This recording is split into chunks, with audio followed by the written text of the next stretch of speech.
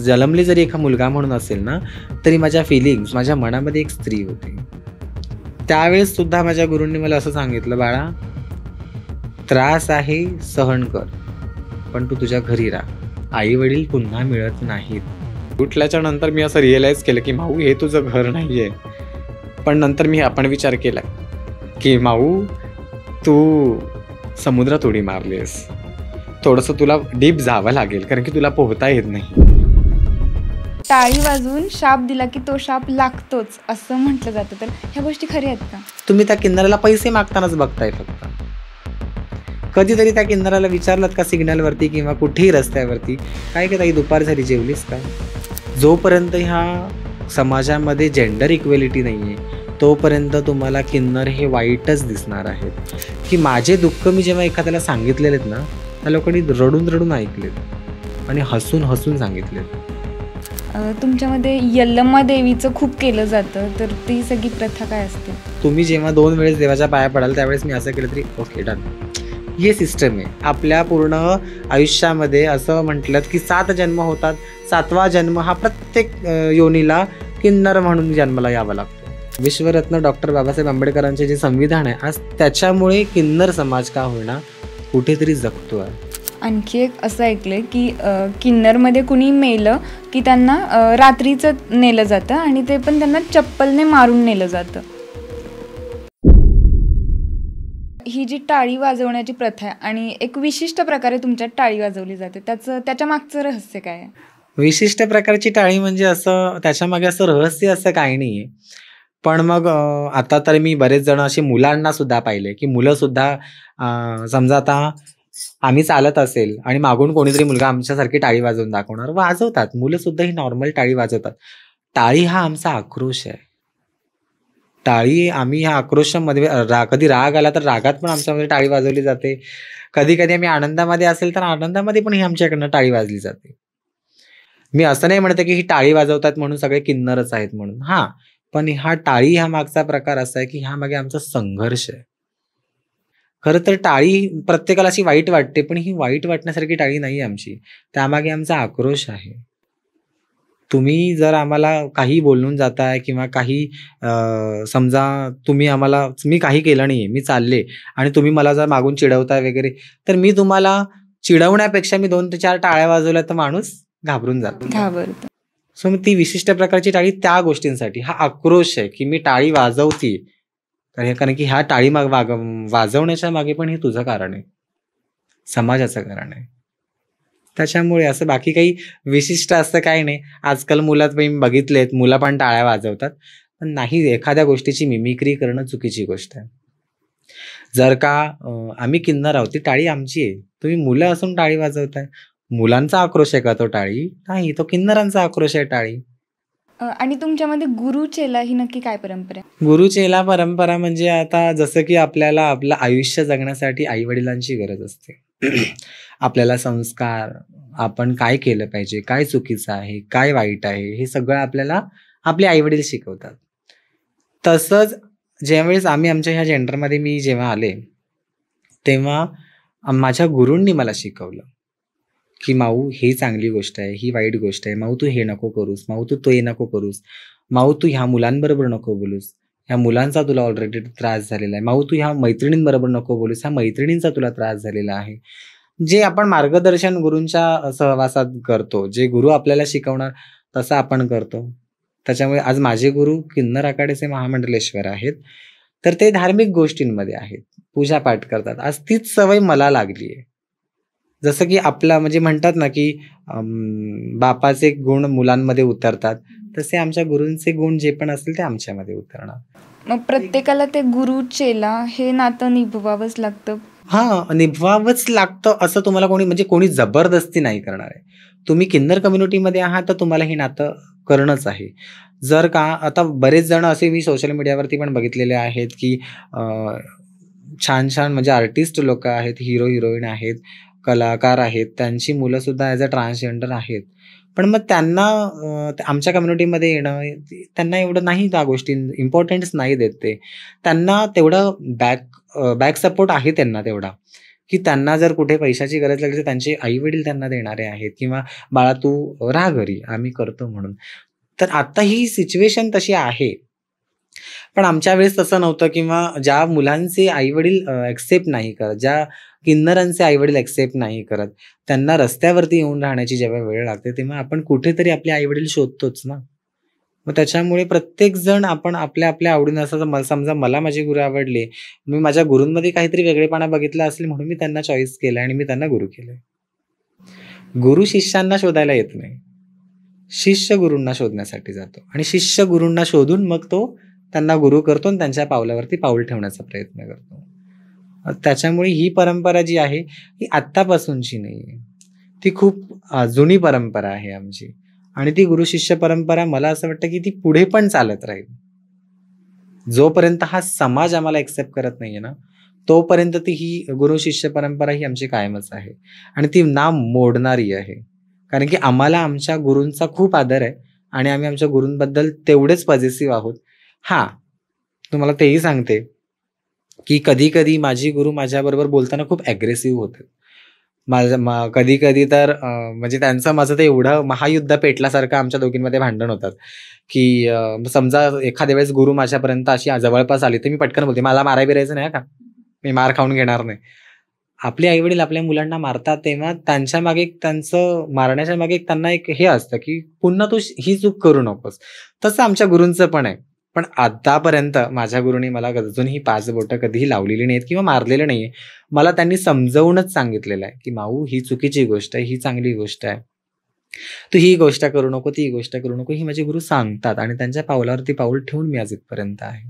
आणि जसं की मगाशी तुम्ही सांगितलं, की तुमचे गुरु तुम्हाला समजावून सांगत होते, की "तू घरी जा, हे आयुष्य नको जगू." पण आम्ही टीव्ही सीरियलमध्ये वगैरे बघतो, की म्हणजे लहानपणीच जसं कळतं, की या घरात किन्नर जन्माला आलंय बाळ वगैरे, तर ती तुमची टोळी येते आणि त्यांना घेऊन जाते. तर या गोष्टी खऱ्या आहेत का? या गोष्टी खऱ्या म्हणजे मला ते सांगा, की आता मी बऱ्याच ठिकाणी असं ऐकलेलं आहे, की नाही, म्हणजे आता सध्याला पॉडकास्ट म्हटलं ना, की एवढे काही जण काही येतंय, कोणी येतंय, बसतंय, बोलतंय, एखाद्याबद्दल ट्रोल करतंय. त्याच्यानंतर का आपण म्हणतो ना, की खोटं जरी सांगितलं तरी माणसाला वाटतं, "अरे नाही रे यार, ह्यांनी खरं सांगितलं असेल." असं नसतं. मी बरेचसे पॉडकास्ट असे बघितले आहेत, की किन्नरांबद्दल खूप चुकीची माहिती सांगितली गेलेली आहे. ही पूर्णपणे चुकीची गोष्ट आहे.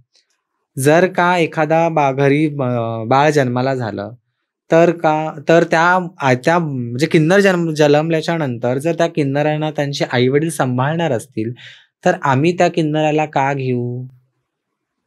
आहे ना? जर का त्या किन्नराचे आई-वडील त्याला सांभाळत नाहीयेत, आम्हाला बोलवलंय, की तुम्ही तुमचा किन्नर घेऊन जा, तर आम्ही ऑब्व्हियसली घेणार. कारण की आम्हाला माहिती आहे, जर का त्या आई-वडिलांनी त्या किन्नराला सांभाळलं नाही ना, त्या बाळाला सांभाळलं नाही, तर त्याला मारतील, काहीही करतील. त्याला जीवनदान देण्याचं काम आम्ही करतोय. त्याच्यामुळे त्या बाळाला आम्ही घेऊन जातो. आम्हाला इन्व्हाईट केल्याशिवाय आम्ही कुठेही जात नाही. हां, आम्ही बिनबुलाई बाराती कुठे आहोत, जर कोणाच्या घरी लग्न असेल, कोणाच्या घरी बारसं असेल, कुठे बाळ झालं, त्याच्यानंतर कोणाचा हळद असेल, या ठिकाणी आम्ही बिनबुलाई बाराती आहे. तिथे पण गेल्याच्या नंतर आमची जी काही नेक मागण्याची पद्धत आहे, ती आम्ही मागतो आणि जे पण काही आम्हाला मिळतं ₹2-5 ते आम्ही घेऊन निघतो. देणारे आम्हाला देतात. जगदंबा त्यांना भरून-भरून देते, तर भरभरून ती लोकं देतात. आमच्या मनाचं समाधान आम्हाला करून देतात. जबरदस्ती आम्ही करत नाही. आता बऱ्याच ठिकाणी मी असं ऐकलंय, "अरे, किन्नर लोकं खूप जबरदस्ती करतात." हे नाही. किन्नर लोकं तुमच्या म्हणजे जबरदस्ती करतात. इट मीन्स तुमच्या घरी आल्याच्या नंतर ते असं म्हणजे मी लिटरली असं बघितलंय ना, की किन्नर लोकं दरवाजात आल्याच्या नंतर काही-काही बायकांचे हातपाय कापतात. असं नका करू. हां, तुम्ही हे पण बघा, की ते किन्नर खरंच किन्नर आहेत का? किंवा अजून काही त्यांच्यामध्ये पुरुषाच्या वेशामध्ये एखादी साडी घालून आलेला पुरुष आहे का? ऑब्व्हियसली कळतं. एखाद्या चेहऱ्याकडे बघितल्यावर कळतं, की अरे ही किन्नर असेल म्हणून किंवा ही बाई असेल म्हणून. जर का माझा चेहरा एकदम पुरुषांसारखा दिसतोय, मी एकदम पुरुष आहे, मी साडी घालतीये, तर मला नका घरात घेऊ तुम्ही. मी जर व्यवस्थित दिसतेय, गदमुळी दिसत नाहीये, म्हणजे आत्ताच्या जनरेशनमध्ये सांगते मी तुम्हाला, तर तुम्ही मला विचारा ना आणि जर का मी समजा विशिष्ट ठिकाणी राहते, तर त्या विशिष्ट ठिकाणातले जेवढे पण माणसं असतील मला ओळखणारच आहेत, की अरे आमची माऊताई ह्या ठिकाणी राहते म्हणून. कारण की मी त्या एरियामध्ये जाणार आहे ₹2 मागण्यासाठी. मग मला तिथे ओळखणारच आहेत ना, मग टेन्शन काय? पण मी असं काही बायका बघितल्यात बापरे! की त्यांना डायरेक्ट हार्ट अटॅक आल्यासारखं. कधी बघितलेच नाहीत किन्नर, असं ती लोकं वागतात. हां, ठीक आहे. असे काही बरेचसे कोइन्सिडन्स असे पण झालेले आहेत, की जे पण पुरुष असतात, नकली वेशामध्ये येतात, त्या लोकांनी जबरदस्ती केलेली आहे, ह्या सगळ्या गोष्टी केल्या. त्याच्यामुळे किन्नरांचं पण नाव खराब होतंय ना. जर का ते किन्नर असते ना, तर त्यांना ऑलरेडी किन्नरांचे आई-वडील किंवा त्यांना घरातल्यांनी एक्सेप्ट केलं नाही. ती लोकं वाट बघतायत, की अरे घरातली माणसं आमच्याबरोबर कधी छान बोलतील. ती लोकं प्रेम बघतायत, की अरे ही ताई आमच्याशी छान बोलते ना. मग नेक्स्ट टाईम येता-जाता रस्त्याने पण ती ताई जर दिसली तर त्या ताईला म्हणणार, "ताई बरी आहेस का?" हे बॉन्डिंग होतं. तुम्ही एखाद्या कुठल्यातरी चांगल्या म्हणजे एखादा तुम्ही समजा कुठेतरी चाललात किंवा एखादा कोणी किन्नर दिसला, तुम्ही त्या किन्नराला पैसे मागतानाच बघताय फक्त. कधीतरी त्या किन्नराला विचारलात का सिग्नलवरती किंवा कुठेही रस्त्यावरती, "काय गं ताई दुपार झाली जेवलीस का?" कोणीच नाही विचारणार. त्यांना हे माहिती आहे, की अरे काय ह्यांना दिवसभर नुसते मागत असतात. दुपारचं जे किन्नर लोकं मागायला जातात ना, कधी-कधी त्यांना जेवण सुद्धा नसतं. पोटाची खळगी भरण्यासाठी दिवसभर जेव्हा उपाशी राहतात, तेव्हा घरी काहीतरी खातात. जर तुम्ही त्या एखाद्या किन्नराबरोबर चांगलं बोललात ना, "काय ताई जेवलीस का गं? काय गं ताई बरी आहेस? अरे खूप छान दिसतेस गं." समोरच्याला असं वाटतं ना, "अरे ही तर मला माझ्या घरच्यासारखी बोलते." सो सेकंड टाईम किंवा थर्ड टाईम जेव्हा तुम्ही समोरून जात असणार ना, तुमचं जरी लक्ष नसेल त्या किन्नरांकडे, तरी सुद्धा ती स्वतःहून हाक मारेल, "ए ताई बरी आहेस का?" हे बॉन्डिंग आहे. आज मी जेव्हा मी चॉलमध्ये राहते. मी जेव्हा घरातून बाहेर निघते ना, तेव्हा माझ्याबरोबर मोठी माणसं आणि पुरुष मंडळी आणि बायका जास्त कोणी बोलत नाहीत. मोजके बोलतात जे मला ओळखतात ते. ज्यांच्याबरोबर मी बोलते किंवा त्या लोकं मला ओळखतात मी त्यांच्याबरोबर. लहान-लहान जी मुलं आहेत ना, माझं लक्ष जरी नसेल तरी पण त्याचं, "अरे माऊताई कुठे चालली?" "हां बाळा मी आले जाऊन." "अरे कुठे होती माऊताई दिसली नाही." हे रिलेशन, हे बॉन्डिंग आहे. तसं तुम्ही जर हे बॉन्डिंग कंटिन्यू केलात ना, तर तुम्हाला कळेल किन्नर नेमकं काय आहे. किन्नर मनाने खूप चांगले आहेत. तुम्हाला फक्त त्यांचा आक्रोश दिसतो. पण किन्नराचं मन तुम्ही जर किन्नराला म्हणजे म्हटलात ना कधी, "ताई अगं मला ना खूप भूक लागली आहे गं, पण माझ्या पैसे नाही." किन्नर त्यांच्या खिशातले काढून देतील. हे नाही विचार करणार की माझ्याकडे आहेत की नाही. त्याच्या खिशातले काढून देणार पैसे. एवढे किन्नर चांगले आहेत. पण मग ह्या समाजामध्ये मी असं म्हणणार नाही हाताची 5ही बोटं सारखी नसतात. एखाद दुसरं वाईट असतं त्याच्यामुळे तुम्ही सगळ्यांना तसं ग्राह्य धरू नका. आता तुम्ही जसं की म्हटलं, की स्त्रियांचे हातपाय कापायला लागतात आम्हाला बघितल्यावर. तर त्याच्या मागे पण एक कारण आहे, की टाळी वाजवून शाप दिला, की तो शाप लागतोच असं म्हटलं जातं. तर ह्या गोष्टी खऱ्या आहेत का? तर त्याच्यामध्ये माझं असं म्हणणं आहे, की समजा मी एक किन्नर आहे. तुम्ही मला उगाचच येता-जाता त्रास देताय. तुम्ही मला मुद्दामून डीच करण्याचा प्रयत्न करताय, की तुम्ही खोडा करताय आणि बाजूला होताय. एकदा सहन करेल, दोनदा सहन करेल, तिसऱ्यांदा सहन करेल. भले 100 वेळा सहन करेन. पण त्याच्यानंतर कुठेतरी असा आक्रोश येतो मनामध्ये, की अरे मी ह्या व्यक्तीला काहीच बोलत नाहीये. हा व्यक्ती मला रोज का बोलतोय? मी ह्या व्यक्तीकडे बघत सुद्धा नाही किंवा ह्या व्यक्तीला मला त्या व्यक्तीशी बोलायचंच नाहीये, तरी सुद्धा हा व्यक्ती मला का त्रास देतोय? हे ऑब्व्हियसली आपल्या मनामध्ये असतं. एखाद्या व्यक्तीला आपण त्रास देतो, त्याने जे अंतःकरणातून मनातून जे शब्द निघतात ना, मग त्यावेळेस तिथे किन्नर असू दे, एखादी स्त्री असू दे किंवा एखादा पुरुष असू दे. जर का अंतःकरणातून आपण एखाद्याला बोलतो ना, की तुझं असंच झालं पाहिजे, तुझं हेच झालं पाहिजे, तर त्यावेळेस ते होतं. त्याच्यामुळे श्राप जे काही किन्नर लोकं देतात, ते किन्नर लोकांचंच खरं होतं असं नाही. जर एखाद्या महिलेला जर कोणी त्रास देत असेल आणि ती जर पटकन सडनली बोलून गेली, तर ते खरं होतं. ते कोइन्सिडन्स म्हणा किंवा काही म्हणा. श्रद्धा किंवा अंधश्रद्धा हा ज्याचा त्याचा प्रश्न आहे. पण ज्यावेळेस किन्नर बोलतात त्यावेळेस होतं खरं. पण मग त्याच्यावरती पण एक म्हणजे असं मला जर कोणी कानाखाली मारले आणि मी पटकन म्हणले, "तुझा सत्यानाश होऊ दे." ये नाही होता. जे पण काय आहे ना ते खरंच मनापासून जर कोणी मनाच्या अंतःकरणातून तळतळाट जर दिला ना, तर तो तळतळाट लागतो, असं मला तरी वाटतं.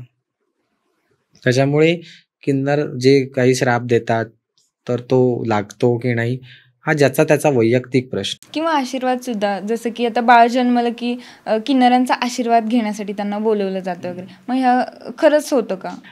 जसं की तुम्हाला माहिती असेलच, की किन्नर हे आत्ताची श्रेणी नाही ना, ही देवलोकातून आम्ही किन्नर लोकांची जी काही आमची श्रेणी आहे ती तेव्हापासूनची आहे. किन्नरांना एक देवाचं रूप मानलं जातं, है ना. किन्नरांना देवाचं रूप मानलं जातं, त्यांचं एक प्रतीक म्हणून आपण म्हणजे नॉर्मली जे आपली समाज आहे ते किन्नराला बोलवून त्यांना त्यांचा आशीर्वाद घ्यायला सांगतात. म्हणजे ज्यावेळेस आपण तुम्ही जेव्हा 2 वेळेस देवाच्या पाया पडाल त्यावेळेस मी असं केलं तरी ओके डन. ही सिस्टम आहे. म्हणजे ही सिस्टम आहे देवाचं आणि आमचं जे कनेक्शन आहे ना ते जरा जास्त क्लोज आहे. कारण की ज्यावेळेस कोणाचं कोण नसतं ना, म्हणजे असं माझं समजा तर मी आहे. माझं कोणीच नाही दुनियेत, तर माझं देव आहे. मानला तर देव आहे, नाही तर दगड आहे. त्याच्यामुळे मानणारे असं पण म्हणतात, की ठीक आहे बाबा त्यांना आपल्या घरी बोलवा. तसं तर तुम्हाला खरं सांगू तर ताई, किन्नरांना कोणीही आदराने घरी आमंत्रण देत नाही, की तुम्ही या आमच्या घरी बाळ झालंय आणि मग बधाई घ्या. कोणीच नाही घेत. आम्ही बिनबुलाए मेहमान आहे. आम्हाला जावं लागतं. त्याच्यामुळे काही जण आहेत आत्ताच्या जनरेशनमध्ये, की काही लोकं आम्हाला आदरातिथ्याने बोलवतात. आम्ही जातो. आमचे जे पण काही दक्षिणा असेल ती लोकं देतात. आम्ही घेतो. नमस्कार करून आशीर्वाद देऊन निघून येतो. आणि काही लोकांचा असा पण समज आहे की ते जबरदस्तीच आपल्याकडे पैसे मागत राहतात वगैरे. तर ह्या गोष्टी काही खऱ्या आहेत का? ताई कसं आहे माहिती आहे का, आता मी असं नाही म्हणणार, की ही गोष्ट खोटी आहे म्हणून. नाही का बघा, हाताची 5ही बोटं सारखी नाहीयेत. तसं प्रत्येक किन्नर सुद्धा सारखं नाहीये. पण जर का तुम्हाला जर असं वाटतंय ना, की जबरदस्ती करतायत, तर इनफ, नो प्रॉब्लेम. तुम्ही त्यांना स्पष्टपणे बोलू शकता, "बाबा आम्हाला नाही द्यायचंय." आमचे किन्नर शांत बसणार, "बाबा द्या." माधुकरी न मिळण्याच्या ऐवजी मिळालेली बरी. जे पण काही तुम्ही आम्हाला देणार आहात ते आम्ही घेऊन निघू. आणि ताई हे कसं असतं माहिती आहे का, तुम्हाला तेही सांगते, की जर का मला माहिती आहे, की तुम्ही मला ₹10 देण्याचे तुमची कॅपॅसिटी आहे तेवढी तुम्ही देणार मला ₹10 आणि तुम्ही मला 4 आणेच देताय. आता ते तर सध्या चालत नाहीत, पण एक उदाहरण. जर मला 25 पैसेच देताय तुम्ही, तर माझी अपेक्षा असणारच ना ताई, की मला कोण नाहीये. तुम्ही मला देवाच्या रूपात बोलवतात, एक आशीर्वाद मागताय माझ्याकडनं, मी आशीर्वाद देतेय तुम्हाला. तर ॲट लीस्ट असं द्या ना, की माझं त्याच्यावरती एक टाईमाचं तरी पोट भागेल. हे इंटेन्शन असतं बस, बाकी काही नाही. आणि एवढं कोणी पागल नाही आहेत, की तुमच्याकडे जबरदस्ती तुम्हाला क्युरेल घेऊ नये देता आणि हे टाळावे असं नाही कोणी करत. म्हणजे हे फक्त समाजात असे गैरसमज पसरतात. काय माहिती का ताई, तुम्हाला तेही सांगते. मला जर माहिती आहे, की इथे जर माऊताई आहे आणि माऊताईचा आणि माझा 36चा आकडा आहे. तर मला माऊताईबद्दल बोलताना मी माझ्या मित्राला पण एखादा सांगताना, "अरे ती माऊताई अशीच आहे, तिच्याबरोबर बोलू नका." सो मग सांगताना समाजामध्ये काय होतं, हा वहम पसरत जातो. त्याच्यामुळे ह्या सगळ्या गोष्टी होतात. कोणी जबरदस्ती करत नाही ताई. जे पण आहे तुम्ही जे देताय ते आम्ही घेतोय, आशीर्वाद देतो आणि आम्ही निघून येतो. आणि जसं की मगाशीच आपण डिस्कस केलं, की मुलं त्रास पण देतात, एखादी छान दिसणारी किन्नर असेल वगैरे तर. मग इतर वेळेला ते तुमच्याशी बोलतात, फ्लर्ट करतात, पण ते लग्नापर्यंत कधी पोहोचतात का? अजूनपर्यंत तरी नाही. पण काही आमच्या समाजामध्ये अशी पण बरीच जणं आहेत, की त्यांचे लग्न झालेले आहेत आणि ते काही आता आपल्या गव्हर्नमेंट मान्यता आहे, नाही आहे, म्हणजे मी तर जोपर्यंत वाचले तोपर्यंत तर मला ते गव्हर्नमेंटनी मान्यता दिली अशी प्रॉपरली असं काही नाहीये. बट ठीक आहे. त्यांचं कमवतायत, त्यांचे एकत्र राहतायत. तुम्ही लिव्ह इन रिलेशनशिपमध्ये राहू शकता असं आपल्या इंडियन गव्हर्नमेंटचा रूल आहे. तर तुम्ही त्या लोकांनी लग्न केलेले आहेत. तर त्यांना जे पार्टनर मिळालेले आहे ते त्यांच्यासाठी फार लकी आहेत. असं नाही ना, की एकानेच केलं म्हणून सगळ्यांनीच केलं पाहिजे म्हणून. असं तर नाही होऊ शकत, की त्या किन्नराने लग्न केलं म्हणजे मी पण केलंच पाहिजे. मला नाही वाटत. मला अजूनही कोणत्याही मुलांवरती ट्रस्ट नाहीये, की हा मुलगा लग्नापर्यंत एखाद्या किन्नराला सपोर्ट करू शकतो म्हणून. जोपर्यंत सिंगल आहे तोपर्यंत बोलतायत, चालतायत आणि त्याच्यानंतर लग्नापर्यंत कोणी घरी सून म्हणून घेऊन जाणारं तर नाहीये. कोणालाच त्यांच्या घरची सून ही किन्नर नको आहे. कारण की ती बाळ जन्माला देऊ शकत नाही, पुढे वंश वाढवू शकत नाही. आणि आत्ताच्या पिढीच्या ज्या काही आई बाबा जे पण काही प्रत्येकाला असं वाटतं की मला नातू व्हावा, मला नातवंडांमध्ये मी राहावी, प्रत्येकाचे स्वप्न असतात. सो त्याच्यामुळे कोणी किन्नरांना सून म्हणून घरात आणणार नाही. हां, जे पण काय असेल फ्लर्ट वगैरे करणं तिथपर्यंत ती लोकं करत असतील, पण मग सून म्हणून नको. आणि ज्या घरात कळाले की बाबा आपलं मूल असेल ते ट्रान्सजेंडर आहे, तर घरचे ठेवून घेतात का घरी? ॲटलीस्ट थोड्याफार प्रमाणात तरी? नाही, असं काही नाही. म्हणजे असं नाहीये ना, की सांगते काय, हा समाजामुळे ठेवून घेत नाहीयेत. जर एखाद्या आईला एखादं हात नसलेला बाळ जर जन्माला झाला, तर तरीसुद्धा ती आई त्या बाळाचा उपचार करण्याचा प्रयत्न करेल. ती त्या बाळाला लहानाचं मोठं करेल. तिला त्या एका हातामध्ये त्याला आयुष्य कसं जगायचं हे शिकवेल. पण जर त्याच घरामध्ये किन्नर जन्माला आल्याच्या नंतर किंवा ट्रान्सजेंडर आहे असं समजल्याच्या नंतर कोणतेच आई-वडील त्या मुलाला ठेवत नाहीत. का? कारण की हा त्याच्यासाठी समाज जबाबदार आहे. जर आई-वडिलांना त्रास कसलाय, लोकं काय म्हणतील? ही लोकं आपल्याला खायला घालायला येतात का? नाही येत. ही लोकं जर कधी एखाद्या वेळेस घरामध्ये डाळ कमी असेल तर कोण म्हणतं का, "हो ताई ही डाळ घ्या, तुमच्या घरात डाळ बनवा" म्हणून? नाही. उलट आपण सांगतो ना, आपले दुःख एखाद्याला सांगतो. माझ्यावर असे बरेचसे कॉन्सिडन्स झालेले आहेत, की माझे दुःख मी जेव्हा एखाद्याला सांगितलेले आहेत ना, त्या लोकांनी रडून-रडून ऐकलेत आणि हसून-हसून सांगितलेत. त्या गोष्टीचा मला खूप त्रास झालेला आहे. सेम सिच्युएशन आहे. लोकं समजा एखादी ट्रान्सजेंडरची आई-वडील कोणी असतील आणि ती लोकं जर म्हटले, की "अगं माझा मुलगा असा करतो गं, आमच्या घरी असं आहे, तसं आहे." "अगं हो का? अगं बाई आता काय करते? जाऊ दे लोकांचं काय ऐकतेस तू? घे तुझ्या पोराला सांभाळ वगैरे." असं वगैरे बोलणार. पण ज्यावेळेस ती तिथून निघून गेल्याच्या नंतर "बघितलंस? तिच्या घरी तर किन्नर आहे. तिच्या घरी तर हिजडा जन्माला आलाय." "अगं बाई आमचं नशीब आहे आमच्या घरात तरी कोणी नाही." असे टॉन्ट मारणाऱ्या बायका आहेत. असे बोलणाऱ्या पण बायका आहेत. म्हणून या समाजामुळे ते आई-वडील त्यांना त्या मुलांना एक्सेप्ट नाही करत. नाहीतर करायला काही प्रॉब्लेम नाही. आज माझ्या घरामध्ये माझ्या आई-वडिलांचं तर माझ्या आई-वडिलांना माझे माझे दोन्ही पण भाऊ चांगले शिकलेले आहेत. दोन्ही वहिनी माझ्या चांगल्या शिकलेल्या आहेत. तर काय ज्यावेळेस मी घरातून निघाले ना, म्हणजे ज्यावेळेस मी तुम्हाला म्हटले, की नंतर मी देव घेण्यासाठी गेले. मला अजूनही आठवतं, की घरातून पळाल्याच्या नंतर मी 30 मेला मी देव घेण्यासाठी गेले होते. माझ्या घरची जी देवीची मूर्ती आहे ते घेण्यासाठी गेले होते. स्वामी समर्थांची माझ्याकडे एवढी एक अशी छानशी मूर्ती आहे. तर ती मूर्ती माझ्या भावाने बरंच सामान होतं. त्याच्यामुळे मी गाडीमध्ये बसले पुढे आणि बसल्याच्या नंतर माझ्या मोठ्या 2 नंबर भावाने ती मूर्ती मला माझ्या हातामध्ये दिली, जी माझ्या घरी होती ती. आणि म्हणजे मी माझ्या घरी एवढेच देव ठेवले, की माझ्या आई-वडिलांना त्यांची सेवा करता येईल इझिली. बाकी माझे जे देव होते ते मी घेऊन आले. मी मांडीवर बसतच होती ना, तेव्हा माझ्या भावाने ती मला मूर्ती दिली आणि मी जस्ट ती घेतली आणि ना मी खूप रडले. खूप म्हणजे खूप रडले, की अरे झालं हे एंडिंग आहे. ह्याच्यापुढे मला माझे आई-वडील नाहीयेत, मला भाऊ नाहीये, मला कोणीच नाहीये, मला असं वाटलं. पण सडनली माझा भाऊ तितक्यात मला पटकन बोलून गेला, की "अरे तू घाबरू नकोस. तुला काहीही वाटलं तू मला फोन कर. मम्मी-पप्पांना समजवायचं काम मी करेन. पण तू हारू नकोस." हे जेव्हा तो शब्द मला बोलला होता ना, त्यावेळेस मला असं कुठेतरी वाटलं, की कोणीतरी मला सपोर्ट करायला आहे. म्हणजे घरातलं कोणीतरी व्यक्ती आहे. माझ्या भावाचं हेच म्हणणं होतं, की "तुला काहीही लागेल तू मला एक फोन कर. मी करेन. मम्मी-पप्पांचं टेन्शन घेऊ नकोस. मी आहे मम्मी-पप्पांकडे. मी सगळं हँडल करेन" म्हणून.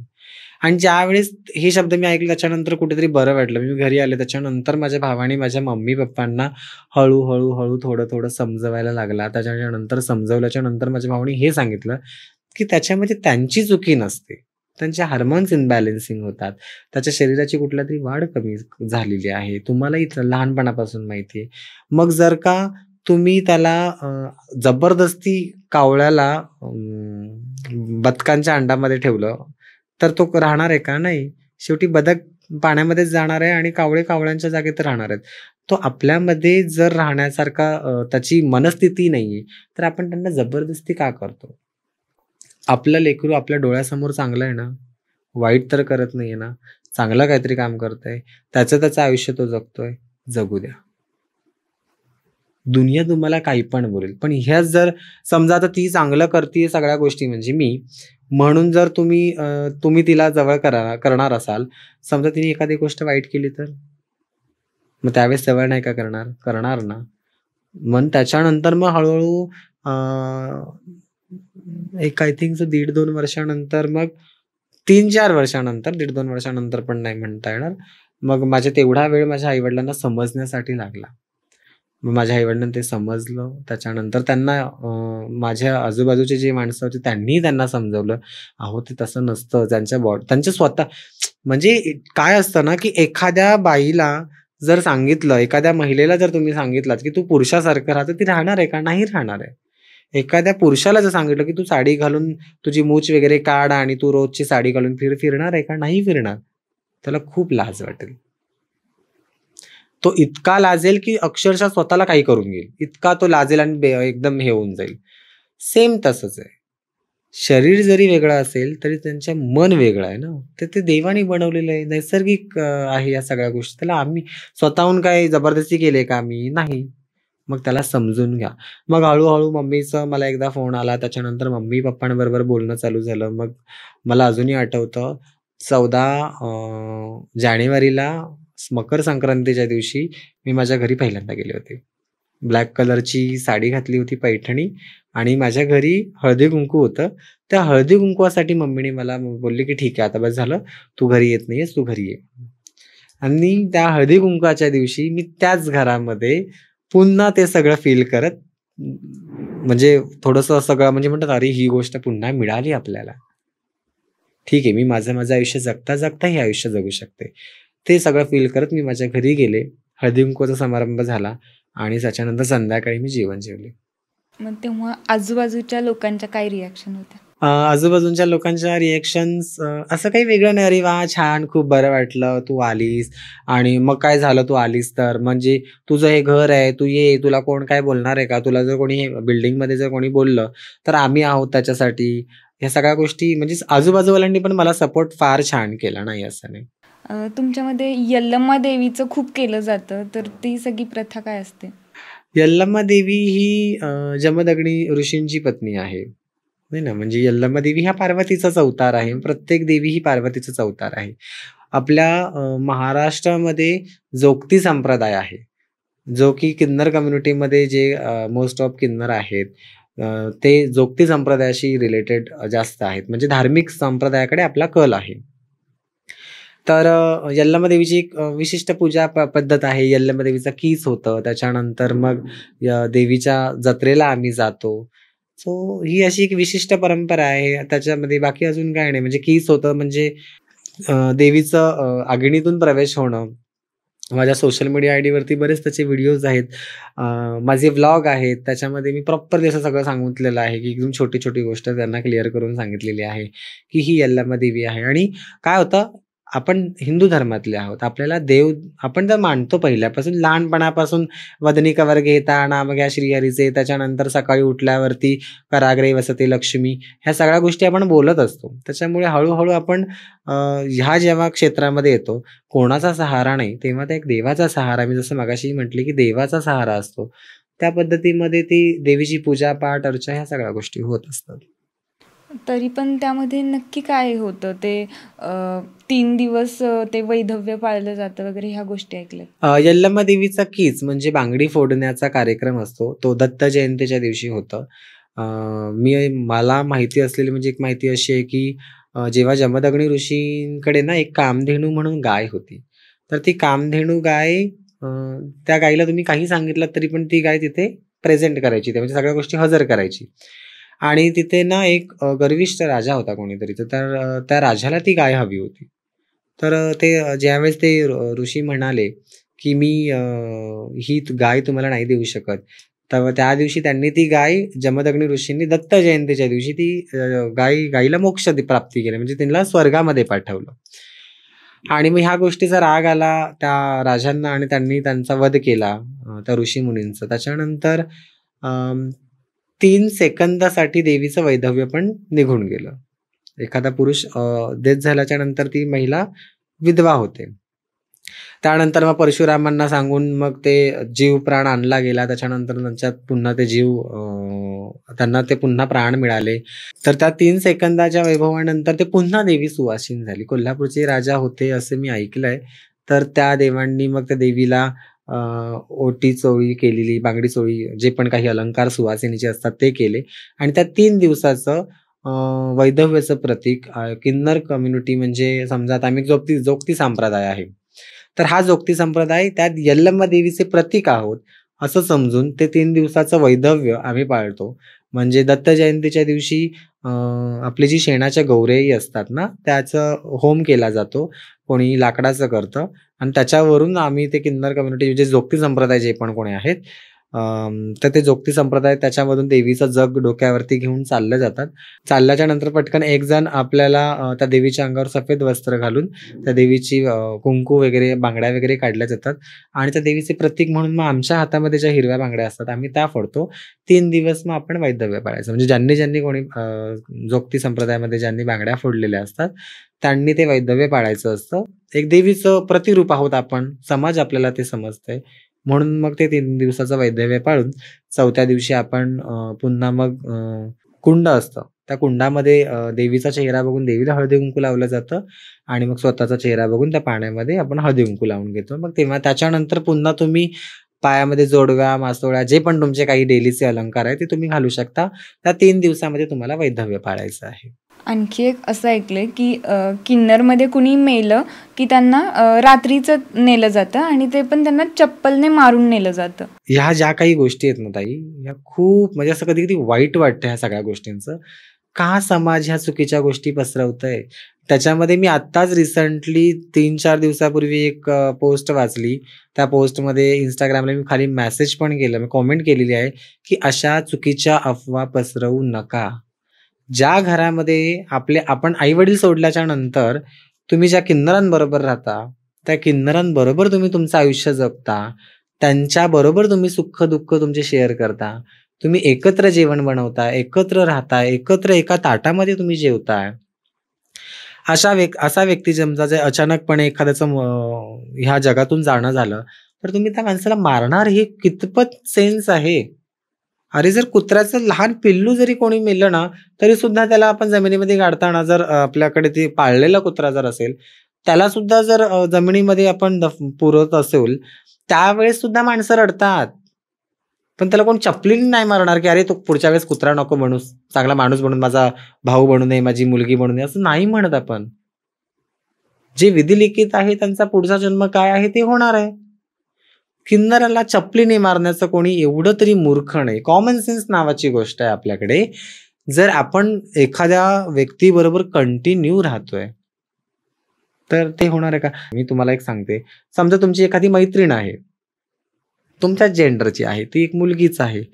ती जर मेल्याच्या नंतर म्हणजे असं व्हावं नाही, sorry, I am really just एक पार्ट ऑफ ह्या गोष्टींबद्दल सांगते मी. XYZ कोणी पण तुमची एक मैत्रीण असेल आणि तिचं समजा अकस्मित ह्या सगळ्या काही गोष्टी झाल्या आणि तुमच्या महिला वर्गांमध्ये चप्पल मारण्याची प्रथा आहे, असं जर कोणी तुम्हाला म्हटलं, तर किती आक्रोश होईल तुमचा? मनाला वाईट वाटेल, की अरे आमच्यामध्ये ही पद्धतच नाहीये.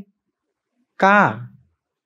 उगाच ह्या समाजामध्ये, म्हणजे म्हणते ना मी, काही मेंटल लोक असे आहेत ना आमच्याही समाजामध्ये, की असं म्हणतात की हो, आमच्याकडे ना रात्री मेल्याच्या नंतर चप्पल मारतात जेणेकरून दुसरा जन्म नको.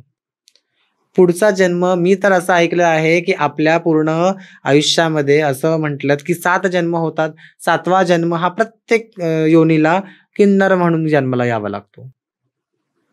मग ते तुम्ही आधीच्या जन्मांमध्ये काय केलं हे माहिती नाही, पण 7व्या जेव्हा तुमचा जन्म असतो, 7वा जन्म, लास्ट जन्म, हा तुम्हाला किन्नराचाच आहे. त्याच्यानंतर जन्म नाही असं म्हणतात. आणि जन्म मिळाला तरी पण चालेल ना, पण तुम्ही चपलाने मारायचं हे खोटं काय सांगायचं? आमच्या किन्नर कम्युनिटीमध्ये रात्रीचं तुम्हाला एखादा समजा असं मिरवणूक दिसत असेल, या सगळ्या गोष्टी दिसत असेल, आमच्याकडे पूजा करण्याचे ते विधी आहेत. आम्ही आमच्या देवीची पूजा अर्चा जे काही करतो, बहुचर माता आमची किन्नरांची जी देवता मानली जाते, यल्लम्मा देवी, अशा बऱ्याच देवी आहेत आमच्या किन्नर समाजामध्ये. तर त्या देवींची पूजा करत असताना जेव्हा आमच्या ते देवीची दुधाच्या कळशा जेव्हा निघतात, काही कळशा आम्ही रात्रीच्या काढतो, काही म्हणजे प्रत्येक पूजेचं वेगवेगळं महत्त्व आहे ना. ज्यावेळेस त्या पूजांचे जे आम्ही कळशा घेऊन जातो, त्या रात्रीच्या घराच्या बाहेर निघतात. Instagramला सगळ्यांच्या स्टोऱ्या आहेत. त्याच्यामध्ये नेमकं होतं काय माहिती का? ती कळशी डोक्यावर 2 जणांनी दोन्ही साईडला पकडलेलं आहे आणि त्या पूजेमध्ये आमचं थोडंसं चेहरा म्हणजे झाकलेला असतो. प्रत्येकाला असं वाटतं की अरे मयत-बीत चाललं का काय? पण तसं नाहीये. तुम्ही बघा ते स्वतःहून चालतायत. मी तर असं ऐकलं होतं की दोन्ही साईडला 2 जेव्हा किन्नर उभे राहतात, ते एक पाय त्यांच्या पायाला बांधतात, त्यांचा हात आपल्या हाताला बांधतात आणि ते जसे चालतील तसं ते मुडदा. Common sense. इतकं कोणी मुडदा स्ट्रेट राहणार आहे का मेल्याच्या नंतर? की तुमच्या पायाच्या वरती पाय तुम्ही देऊ शकता. माणसाने थोडंसं कॉमन सेन्स नावाची पण गोष्ट आहे ना, की ह्या गोष्टींचा पण विचार केला पाहिजे. नाही चुकीच्या अफवा पसरवल्या पाहिजेत. असं काहीच नसतं. हां, मी हे म्हणेन, मला काही कोणावरती एलिगेशन्स लावायचे नाहीयेत किंवा तुम्ही चुकीचं केलंय आणि त्याच्यामुळे हे सगळं. पण मला असं आठवतं, की आपल्याकडे एक पिक्चर आला होता मराठी मूव्ही. त्या मराठी चित्रपटामध्ये ते दाखवलं गेलेलं आहे. की त्यांच्यामधले जे मेन असतात ते ऑफ झाल्याच्या नंतर मग एक रात्रीची बाई येते, ज्या गावातली जी मेन आजीबाई असतात त्या येतात आणि मग त्या चपलीने मारतात आणि त्या बांगड्या फोडतात. बांगड्या प्रत्येकाच्याच फोडत नाहीयेत. नवरा गेल्याच्या नंतर बाईच्या बांगड्या फोडल्या जातात. ती किन्नर जर समजा माझे गुरु आहेत. आता मी माझ्या गुरूंना माझे आई, वडील, बाप, भाऊ, बहीण, माझा मालक सगळं आम्ही म्हणतो त्यांना. आहे ना? हां, मी कधी-कधी त्यांच्याबरोबर भांडते ती वेगळी गोष्ट, पण मग मनापासून अंतःकरणातून सगळ्या गोष्टी मानणं फार गरजेचं आहे. है ना? तर जर का समजा काही झालंच, असं व्हावं तर नाही. माझ्या गुरुलाही माझं आयुष्य लागावं, 100 वर्ष अजून जगावेत ते. पण समजा मी आहे किंवा माझे शिष्य आहेत, तर मला जर काही झालं तर माझे शिष्य मी त्यांची मेन मालक आहे, माझ्या शिष्यांची. तर म्हणून मग ते बांगड्या फोडतील. ते चपलीने मारू शकतात का मला? नाही मारू शकत. सो हा एक समाजामध्ये भ्रम आहे, की तुम्ही चपलीने मारतात किंवा ह्या सगळ्या गोष्टी चुकीचं दाखवतात. सोशल मीडियावरती मी म्हणते ना, कधी-कधी सोशल मीडियावरती खूप चांगलं दाखवलं जातं, कधी-कधी खूप वाईटही दाखवलं जातं. म्हणजे हे बेसिकली सोशल मीडिया असो किंवा ही प्रसार माध्यमं आहेत, त्याच्यामधून हे चुकीच्या मिसकन्सेप्शन सगळीकडे पसरत चाललेले आहेत. बरोबर. ह्याच्यामध्ये असं होतं ना, जसं मी म्हटलं, की तुम्ही जेवढं हाय लेव्हलला जाणार तेवढं दणकन खाली पण पडू शकता. हे सोशल मीडिया आहे. इथे प्रत्येक पाऊल तुम्हाला सांभाळून दक्षतेनेच टाकायचंय. तुम्ही घरी जे आहात ना, तुमची रिॲलिटी दाखवा.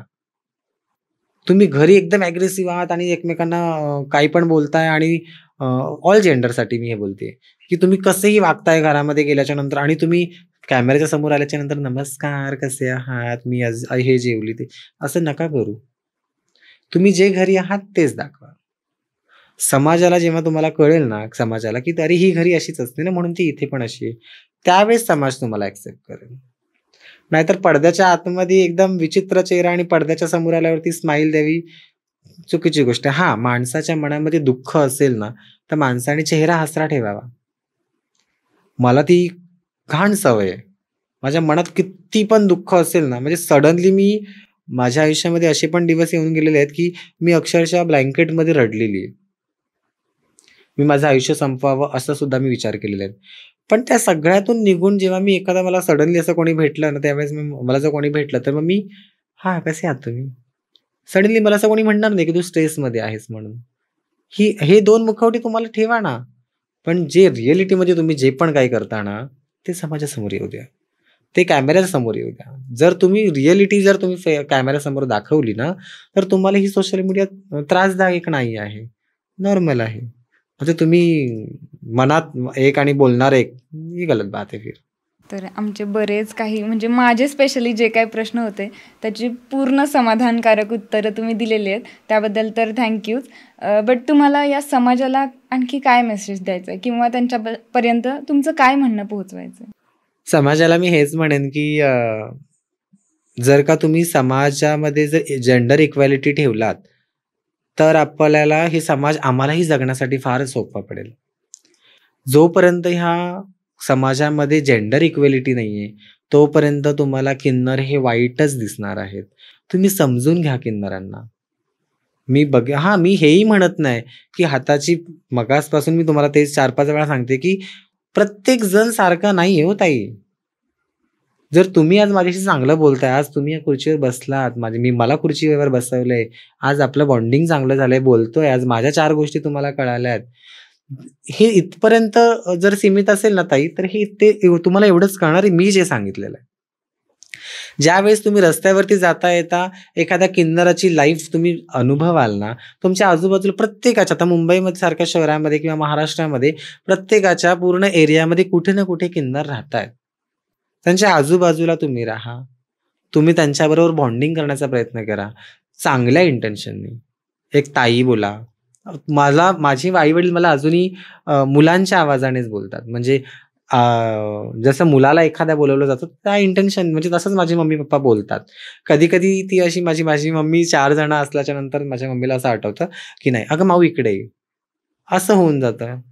पण तसं नाही झालं पाहिजे. तुम्ही जेंडर इक्वॅलिटी ठेवा. तुम्ही आम्हाला ताई म्हणा, दादा म्हणा, काका म्हणा, मावशी म्हणा, आत्या म्हणा, काहीही म्हणा. पण फक्त आपलं म्हणा. हे समाजाला सांगणं आहे. म्हणजे जर एखादा समजा किन्नर त्रास देतोय किंवा काय करतोय, तुम्ही त्याच्या कोणी ज्यांचे गुरु असतील, तुम्ही त्यांना सांगा, की "अहो हे असं आहे." तुम्ही समजून घेण्याचा प्रयत्न करा. जर का ह्या समाजाने आम्हाला समजून घेण्याचा प्रयत्न केला, तर आज आम्हाला ह्या समाजामध्ये कोणत्याच गोष्टीची कमी नाही. आता सध्याच्या ह्याच्यामध्ये आम्हाला डॉक्टरची फॅसिलिटी नाहीये. काम करा म्हणताय 15-16 कॅन्डिडेट्स उभे केले होते पोलीस भरतीसाठी. गव्हर्नमेंटने काय केलं? ज्यावेळेस आम्हाला फॉर्म भरायचे होते, त्यावेळेस आम्हाला असं सांगितलं गेलं, की तुम्ही तुमचं कोटेशन वेगळं घेऊन या.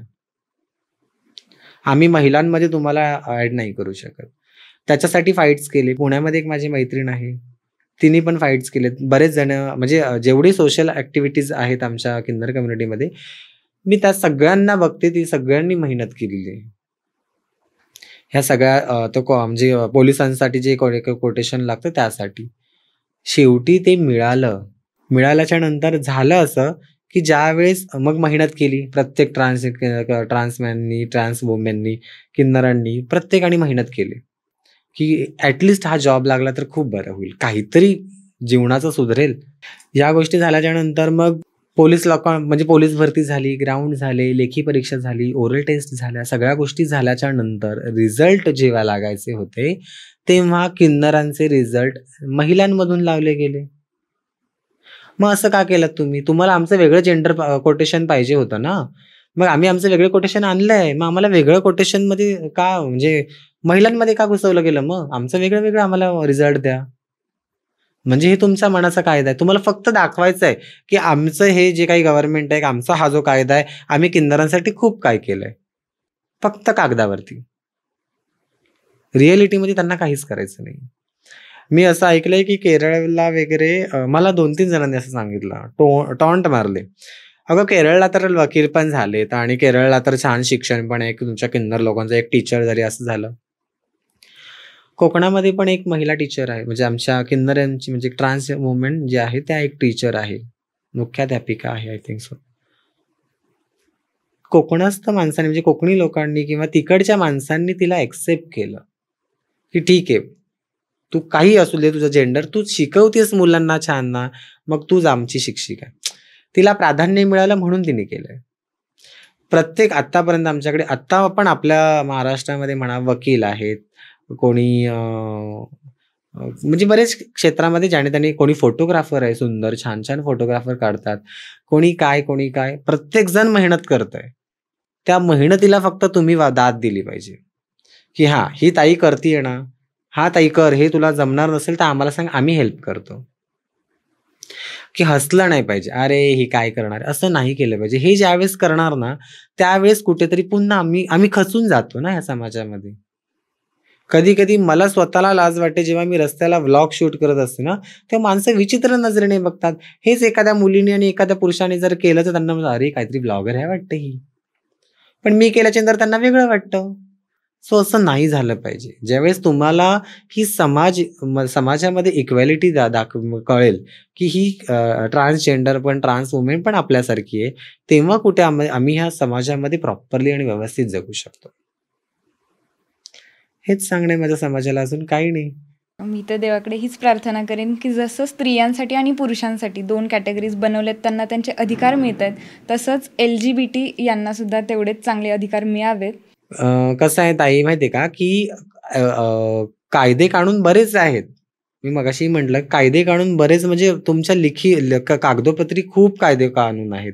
मी स्वतः ज्यावेळेस आमच्यावरती ॲज LGBTQ कम्युनिटीवरती जेव्हा चर्चासत्र होता, किन्नरांवरती जेव्हा चर्चासत्र आमच्या मंत्रालयामध्ये होता, तेव्हा मी स्वतः गेलेली आहे. तिथे पूर्ण आपल्या भारतामधले जे काही किंवा महाराष्ट्रातले जे पण किन्नर आहेत, ते तिथे आले होते. भारतातले नाही, सॉरी, महाराष्ट्रातले जेवढे पण किन्नर आहेत, सगळे तिथे आले होते. जे सोशल ॲक्टिव्हिटीज आहेत, जे समाजसेवक आहेत, जे जे जे आमच्या समाजासाठी काहीतरी करण्याचा प्रयत्न करतात, इतर समाजांसाठी काहीतरी करण्याचा प्रयत्न करतात. तर त्यांना ती लोकं सगळे तिथे आले होते. आता मी त्या मंत्र्यांचं नाव घेणार नाही. आम्ही तिथे ताटकळत बसलोय. आणि तो दिवस त्या मंत्र्यांचं काम होतं, की त्या दिवशी त्यांनी तारीख दिलेली, की तुम्ही ह्या तारखेला या म्हणून. आपण बोलू, चर्चा करू आणि ह्याच्यावरती विधान काढू काहीतरी. आम्ही सकाळी गेलो काहीतरी, नाही, दुपारी गेलो. 10:30-11 वाजता आम्ही काहीतरी तिथे पोहोचलो. 2-3 वाजेपर्यंत आम्ही तिथेच. कार्यक्रम चालू नाही झाला. त्याच्यानंतर ते अचानकपणे ते येणार बोलले. आले 5च मिनिटं. तुम्ही इथे आलात, नमस्कार आहे, तुमचा आभार आहे, असं आहे, तसं आहे, हे आहे, ते आहे. मला अर्जंटली काम आलंय. मी थोडंसं बाहेर जाऊन येतो. तुम्ही तोपर्यंत जेवून घ्या. जेवणासाठी गेलो होतो आम्ही मंत्रालयात. जर आमचे असणारे आता जे काही मंत्री जे पण काही जे काही पदाधिकारी आहेत, तेच जर आमच्या कोणत्या प्रश्नाची दाद घेत नाहीयेत, तर मग आम्ही किती फाईट्स करणार? आमच्याकडे वोटर आयडी नव्हते. वोटर आयडीसाठी आम्ही मेहनत केलेली आहे. स्वतः आम्हाला ह्या समाजामध्ये, आपल्या भारतामध्ये किन्नर म्हणजे कोण हे आम्हाला माहीतच नाही. असं जेव्हा सांगितलं गेलं, तेव्हा ट्रान्सजेंडर ॲक्ट जेव्हा, म्हणजे गव्हर्नमेंटने सांगितलं, की हां, तुम्ही एक ट्रान्सजेंडर आहात. ते पण एका बेसवरती, फक्त आणि फक्त आपल्या भारताच्या संविधानावरती. विश्वरत्न डॉक्टर बाबासाहेब आंबेडकरांचे जे संविधान आहे, आज त्याच्यामुळे किन्नर समाज का होईना कुठेतरी जगतो आहे. त्यांना स्वतःचं जगण्याचं आणि स्वतःचं एक नाव मिळालं आहे. संविधानामध्ये जसं की एक वाक्य आपलं ते, मी या भारताचा नागरिक आहे, मी आहे ना, तो एकच वाक्य, म्हणजे त्यांनी एवढे मोठं जे आपली जेंडर इक्वेलिटीची जे पण आपलं क्वेश्चन्स आहेत, बरेच जणांना जे पडलेले असतात, तर त्यांनी एका सोप्या भाषेमध्ये सांगितलेलं आहे, मी या भारताचा नागरिक आहे. हो, मग मी पण या भारताची नागरिक आहे. मी आउट ऑफ इंडियामधून तर नाही आली इथे इंडियामध्ये, आणि मी इथे आल्याच्यानंतर किन्नर नाही बनलेली. या भारताचीच नागरिक आहे मी. त्याच्यामुळे मला या भारतानेच त्याच्यानंतर मग ते मला एक अधिकार मिळाला, की हां, तुम्ही एक ट्रान्सजेंडर आहात. ते एक काम झालंय. त्याच्यानंतर अजूनपर्यंत कुठलंही काम महाराष्ट्रामध्ये कोणत्याही, आता मुंबईला सुद्धा होमगार्डमध्ये आमचे ट्रान्सजेंडर आहेत. त्यांना ते नको आहेत. मी कालच माझी एक मैत्रीण आहे, म्हणजे मी त्यांच्याशी बोलत नाही त्या दीदींबरोबर, पण त्यांची ती व्हिडिओ बघितली, त्याच्यामध्ये त्या म्हणत होत्या, की आपल्या महाराष्ट्राला आम्ही होमगार्ड म्हणून नको आहे. त्यांना त्रास दिला जातो, सगळ्या गोष्टी केल्या जातात. असं केलं तर हा समाज एकत्र नाही होणार आहे. शेवटी किन्नरांचा आक्रोश टाळी वाजतच राहणार आहे. मग धन्यवाद, आज तुम्ही इथे आलात आणि एवढं छान आम्हाला सगळ्या गोष्टी समजावून पण सांगितल्या. जे काही गैरसमज होते तेही आमचे दूर झालेले आहेत आणि आय होप या पॉडकास्टच्या माध्यमातून बऱ्याच प्रेक्षकांचे सुद्धा हे गैरसमज दूर झालेले असतील. तर त्याबद्दल तुमचे खूप खूप धन्यवाद आणि तुमचा पुढचा प्रवास खूप चांगल्या पद्धतीने व्हावा एवढीच अपेक्षा असेल. थँक्यू. Thanks a lot. आई जगदंबा आदिमाशक्ती. मी पण असेच तुम्हाला आशीर्वाद देईन, की हे जे चॅनल तुमचं आहे ते खूप पुढे जावं. आई जगदंबा करावी, की म्हणजे जे पण तुमचे काही दडलेली कामं असतील ती पूर्ण व्हावी. आज तुम्ही सुद्धा इथे मला बोलवलात, आपलेपणाने आज मला बसण्याचा मान दिला, त्यासाठी मी खूप खूप आभारी आहे तुमचे. थँक्यू. बाकी तुम्हाला हा पॉडकास्ट कसा वाटला कमेंट करून नक्की सांगा आणि नेक्स्ट पॉडकास्ट तुम्हाला कुणाचा ऐकायला आवडेल तेही कमेंटमध्ये नक्की सांगा. धन्यवाद.